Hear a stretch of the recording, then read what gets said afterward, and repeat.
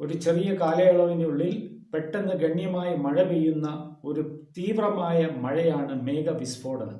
ന്യായാധിപന്മാരുടെ പുസ്തകം 5-ാം അധ്യായം 4-ാം വാക്യത്തിൽ ഭൂമി കുലുങ്ങുകയും ആകാശം മഴ ചൊരിയുകയും മേഘങ്ങൾ വെള്ളം ചൊരിയുകയും ചെയ്ത ഒരു നാടകീയ പ്രകൃതി പ്രതിഭാസത്തെ വിവരിക്കുന്നു. ഈ ഭാഗം വ്യത്യസ്ത രീതികളിലും വ്യാഖ്യാനിക്കാം. ഭൂമി കുലുങ്ങുകയും ആകാശം മഴ പെയ്യുകയും ചെയ്യുന്ന ദൈവ സാന്നിധ്യത്തിൻ്റെ ശക്തമായ പ്രകടനത്തെ വിവരിക്കാൻ ന്യായാധിപന്മാർ 5-ാം അധ്യായം 4-ാം വാക്യം കാവ്യാത്മകമായ ഭാഷ ഉപയോഗിക്കുന്നു.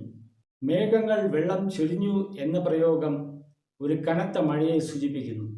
ആധുനിക കാലാവസ്ഥ പദങ്ങളിൽ ഈ ഭാഗം ഒരു മേഘസ്ഫോടനത്തെ കൃത്യമായി വിവരിക്കുന്നില്ലെങ്കിലും മേഘങ്ങളിൽ നിന്ന് തീവ്രവും നാടകീയവുമായ ജലപ്രവാഹത്തിനെ കുറിച്ചുള്ള ആശയം ഇത് നൽകുന്നു. ഈ ഭാഗത്തിൻ്റെ കാവ്യാത്മക സ്വഭാവവും വിവിധ വിവർത്തനങ്ങളും കണക്കിലെടുക്കുമ്പോൾ കൃത്യമായ ഒരു ശാസ്ത്രീയ തുല്യത കണ്ടെത്തുന്നത് വെല്ലുവിളി നിറഞ്ഞതാണ്.